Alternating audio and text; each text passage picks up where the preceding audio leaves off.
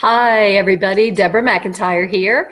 I am a naturopath in Roswell, Georgia, and I come to you every Thursday at 12:30 to talk about the hidden things that affect your health. If you're not really reading between the lines and you're not informed about the truth, then how can you possibly have control over your own good health? So that's my mission, is to bring you information you might not get otherwise, because it's all very important to staying healthy. I'm going to share this out on my own page. Today, we are talking about stress. We have had, right now it is February in 2018, and we have had the most horrendous flu epidemic in our area, and I think all over the country, that you can imagine. People are even getting it multiple times. And so I wanted to talk about something that still relates to the flu, but also I wanted to talk about something that could relate to everything with your health. And man, if there's one subject that applies to, it is stress. So what I want to do is start by just giving the medical definition of stress. Actually, back up. I want to start by saying I am not a medical doctor. I am a naturopath. And we complement each other very nicely. So don't take this as medical advice. Take this as naturopathic information. All right, here we go. Let's talk about stress. Hey, thanks for joining. Thanks for the likes. So first I want to give you the medical definition of stress, because this is important if we're going to talk about a subject that we really know what it means. So the medical definition of stress is, all right, so stress in humans results from interactions between people and their environment that are perceived as straining or exceeding their adaptive capabilities and threatening their well-being.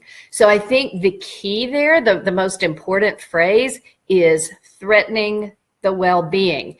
And so I want you to keep that in mind. I'm going to put that in the comments, because we're going to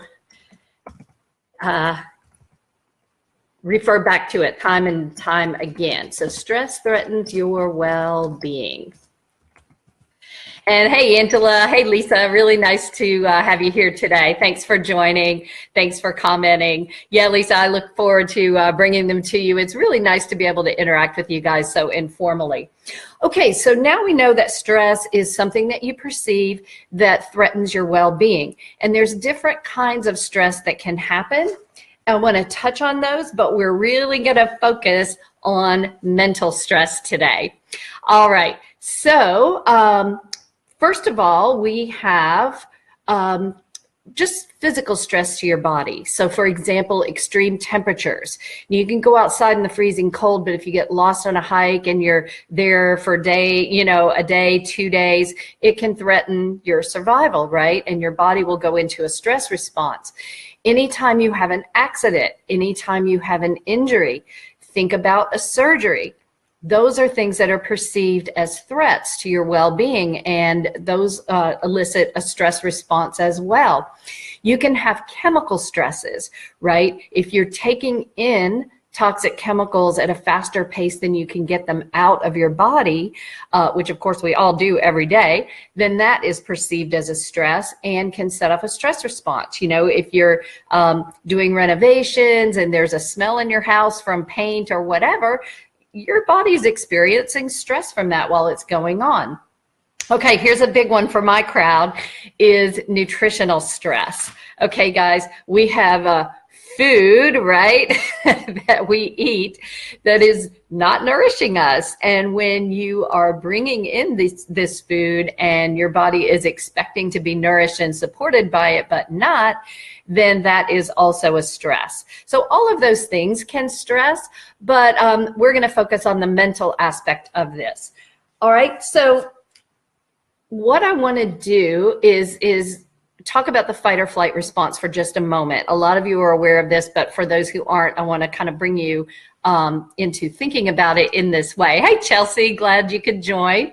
We're talking about stress, not that we any of us have any of this, but it can definitely drag down your health and make you more vulnerable to all kinds of illnesses.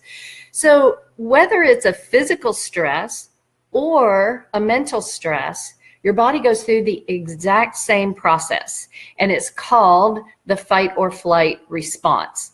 And there's 3 phases to that. The first stage is alarm. Oh my gosh, whatever it is, you realize something is stressing you and you feel that rush of adrenaline, right? Your adrenal glands are going to flood you with hormones to enable you to either fight this thing or run away from it, which is fine if it's something, like that, like, you run into a wild dog or something and you have to run away from it.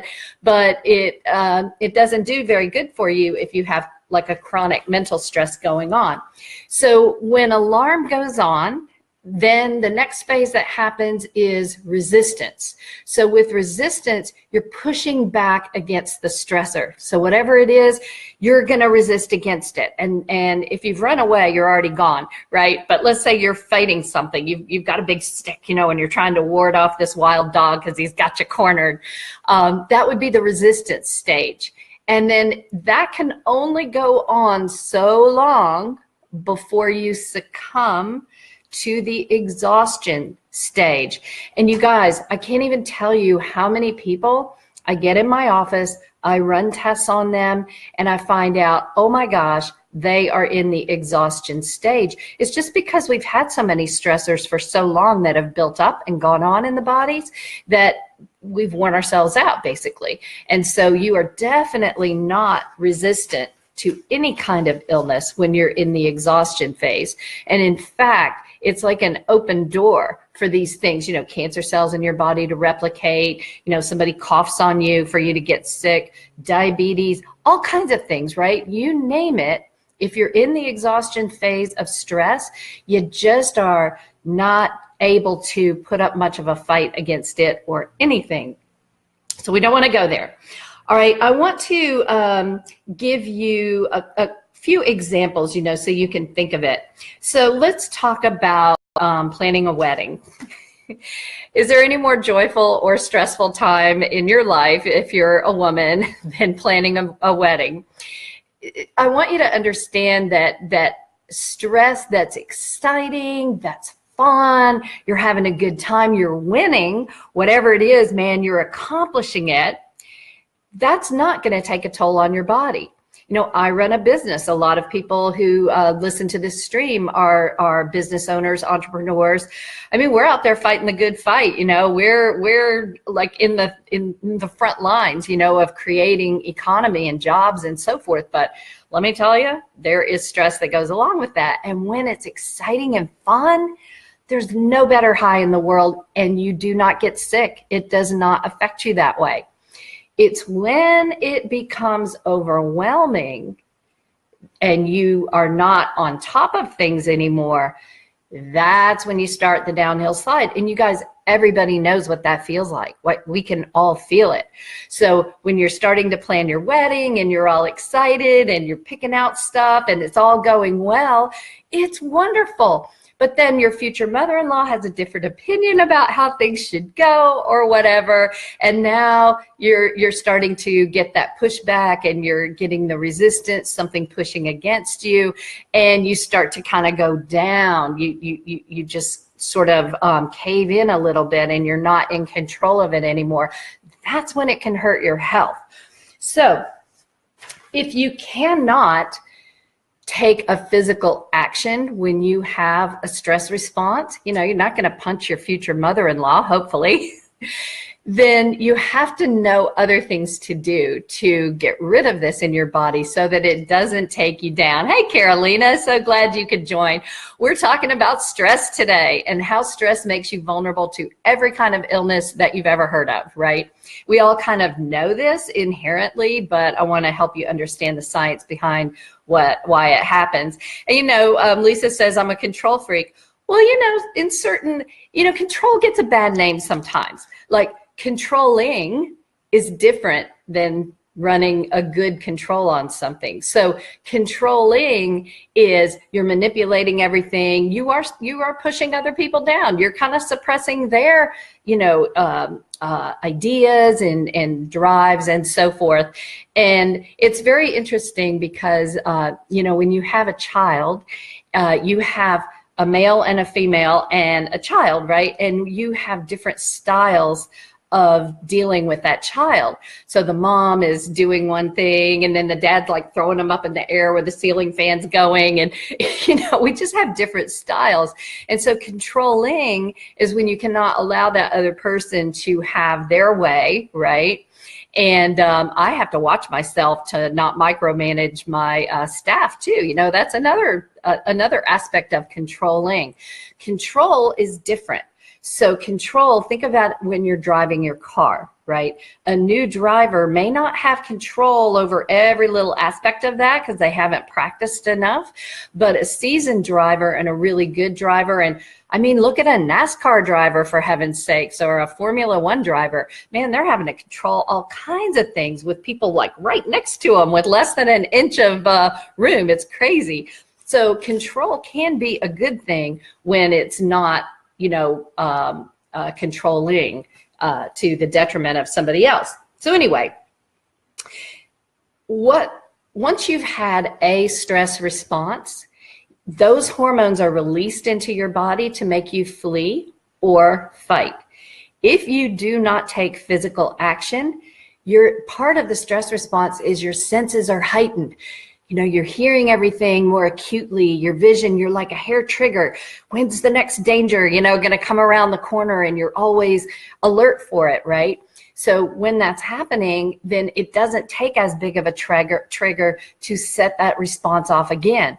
And so more and more and more things. So the real the real main stress, we'll take the wedding example again, might be, hey, these things are not, I'm the bride, it's not going my way, other people are wanting to do different things than I am. Then when you're in that state, the florist says, oh, we need to substitute this for that. Oh my God, it's a much bigger deal, right? Every stress that comes along is a much bigger deal when you already have a baseline of stress. So whenever I do these streams, I always want to give you what you can do about it. Because, it's one thing to say, okay, guys, we're all stressed out. Your door is open for illness to hit you. We got to know what to do about it. So I'm going to talk to you about that on this mental stress. So if you can't fight and you can't run away and it's still going on, then these are the things that can happen in your body. Your immune system lowers. It compromises your adrenal glands, which not only produce stress hormones, but produce anti-inflammatory hormones. So allergies can go up, aches and pains can go up. And when you get to the age where you're either in menopause or andropause and your sex hormones change, the adrenal glands are supposed to be able to rise to the occasion and put out bits of sex hormones so you don't lose your vitality, you don't get hot flashes if you're a woman, there's all kinds of things that happen. We don't have to go into it. You want your adrenals to be strong. Just take it from me. You want your adrenals to be strong when you go through the hormone change. So, a lot of people don't realize the stress response also slows down the blood flow to your digestive organs, because when you're fighting or running, you don't need to be digesting food, like you got more important things on your plate. And so when that goes on long term, your digestion can suffer. So there's many things that happen when you have a chronic stress response going on in your body. So the first thing to do to handle it is don't add to the load. And one of the favorite things I tell people to do therapeutically is ditch the news. Many exclamation points, right? Think about a news report. You're driving around in your car, the news comes on, it's shocking thing after shocking thing, like the worst bad news you could possibly imagine. A 2-year-old falls down a well and can't get out, and then it's like a multiple car pileup in another state, and a plane crash here. I mean, they bombard you over and over, like everything is like shock. Well, every time you hear that and you go, oh my gosh, that's terrible, you have just had a little stress response going on in your body.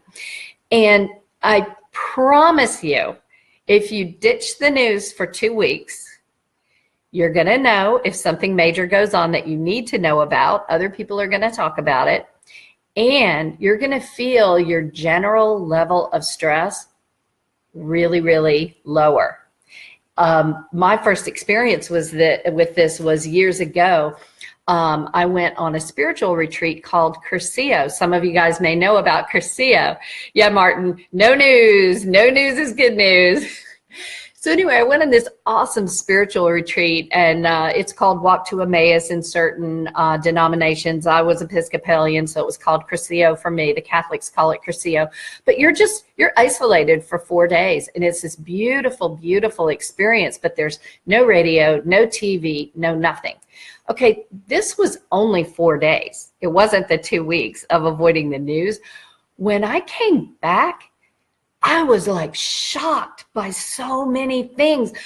We walked into, I think it was a record store or a music store of some kind.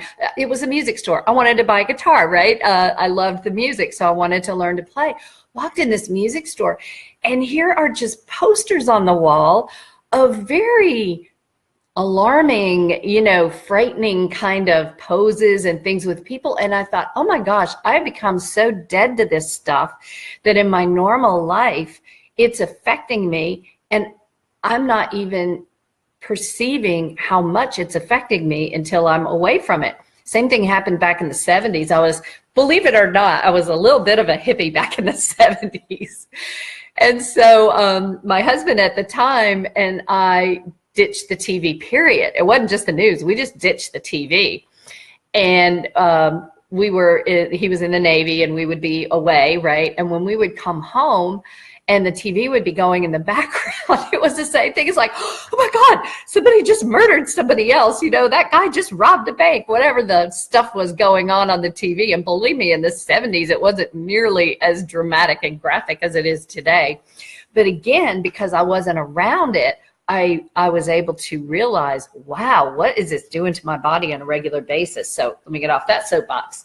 All right. So that's the first thing, is you don't want to add to the load. The things that you have control over keeping away and not hearing about, you just don't want to add stress. Second example is don't be stoic. You know who you are. Don't ask for help, just take it on. No, I can handle it. And as things are piling up more and more and more, then your frustration levels and your overwhelm go up and up. Your stress hormones go more and more. And first thing you know, seriously, there are certain illnesses that I have people come in and deal with. And lupus is one that really stands out to me, and cancer as well. But these guys are so stoic. They will just totally let themselves go down the hill. They can be so sick, and yet somebody else has a petty thing getting in the way of doing, maybe taking care of a family member or doing something, and they'll just take it on, right? Because they're just so darn stoic. Don't go down with the ship, okay? So being stoic is not a solution. Now, even if you're not overly stoic, we live in a society where we just really don't have the kind of support that we used to have from families several generations ago. Families used to live close to each other. They were backup for each other. And a lot of times people find themselves in, different cities. Martin, even a different country for you. Yeah, so Lisa says stress and adrenal health go hand in hand. Yes, absolutely they do. They do, because the adrenal glands are doing the work of the stress response, and they're exactly like a bank account. The more withdrawals you make from those adrenals, the less strength they have. So anyway, we just don't have the support we used to, and people who come to a different city, to a different country, a different environment, a lot of times can just feel really, really alone. And so even if they're not being stoic, they just don't have the network they used to have. And, I mentioned that my kid's dad, when we were married, was in the Navy for a period of time, almost 9 years. And I had my first child when, he was in the Navy. That's a tremendously stressful time, you know, because he was gone 7 months out of the year, you know, out to sea. There's just a military life is a very stressful life in kind of a different way. But the good thing about it is it forced us into developing a community, right? Everybody, all your neighbors, you know, we kind of lived in base housing. And so you had a lot of people that were neighbors that were going through the same thing.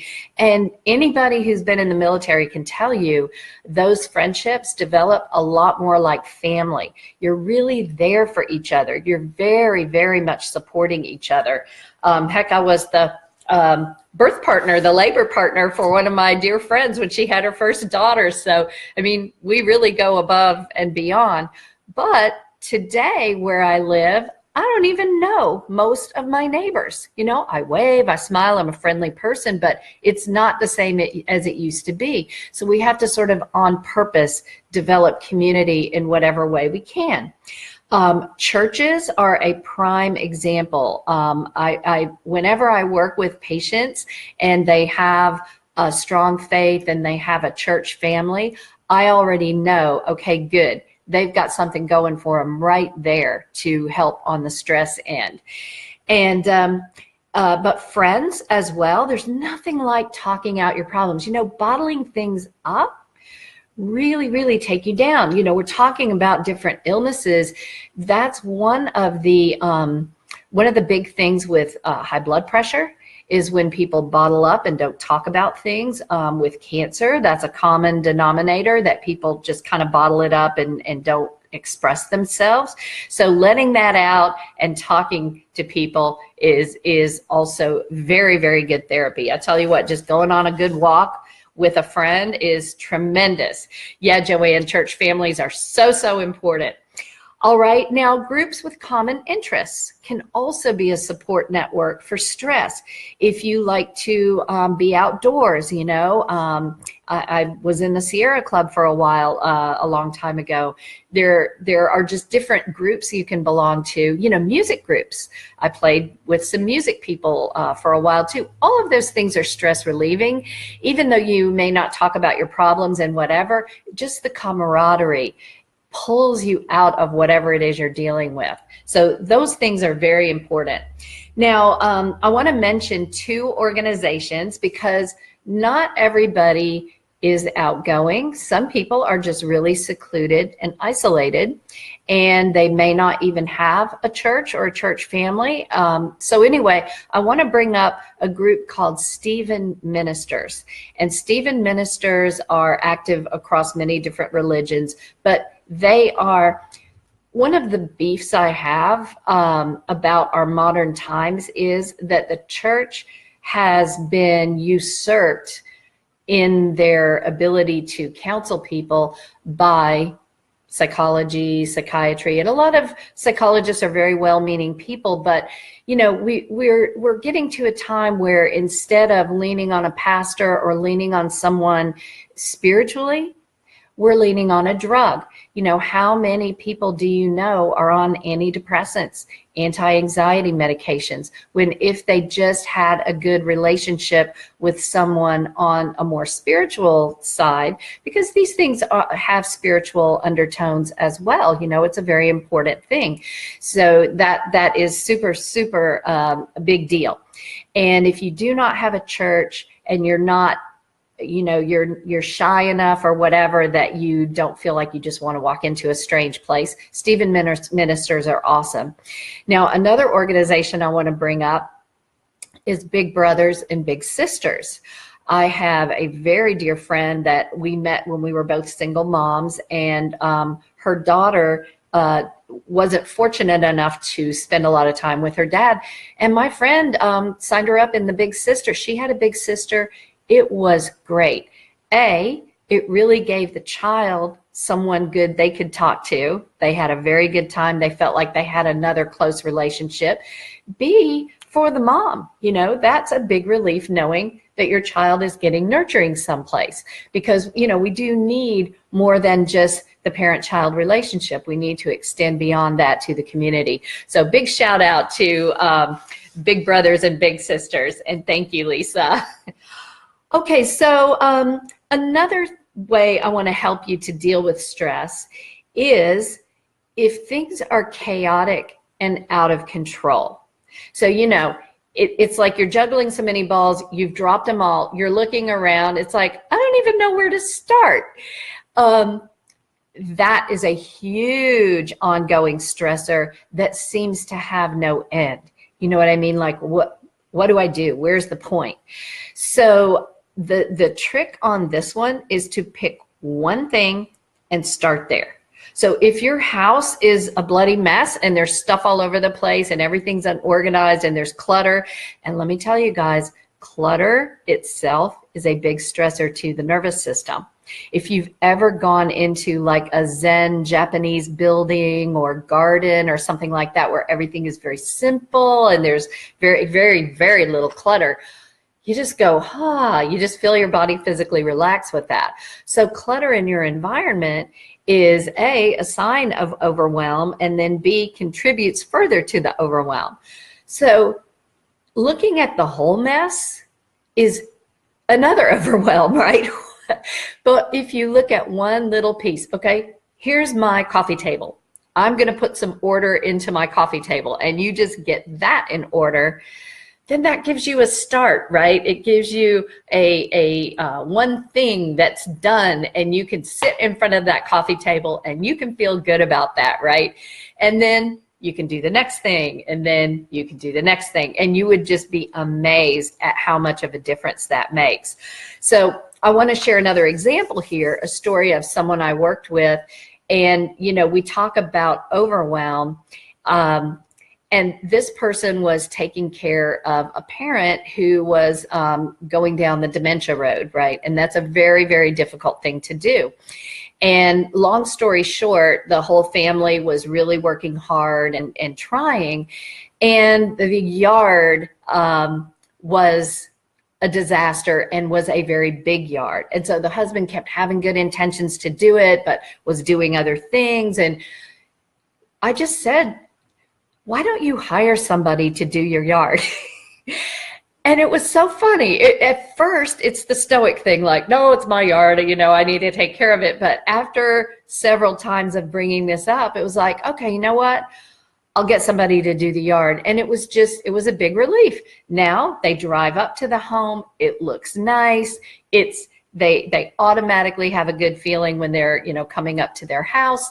You gave somebody a job. You know, I'm a firm believer in that. It's like a win-win all the way around when you do things like that. So don't feel like you have to carry every load all the time on your own shoulders. It really is okay to ask for help, get help, or even hire help if you need to.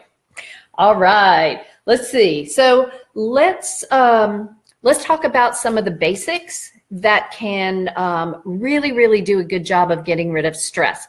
I'm going to go through these a little bit quickly. Unfortunately, I'm not a fast enough typist to get it all in the comments, but here you go. Music, big deals. Oh yeah, and Lisa brings up church families help. They really do. You're going through a crisis, a surgery, an illness, whatever. People bake you food and bring over to your house. You don't have to cook for a week. It's just a beautiful thing. So music is a big one. You know, here in the Atlanta area, we have horrible traffic. I find that if I put soothing music on my Pandora or whatever, that it's a much easier experience for me. Breathing. How many times do we just find ourselves like, if we think about, okay, let me take a deep breath, and you go, oh my God, I was barely breathing at all. So breathing, you can put sticky notes up or whatever you need to do, you know, just make it a rule. Every traffic light you do, you know, 4 deep breaths. All these things really, really help. Stretching, massage, exercise is a really big deal.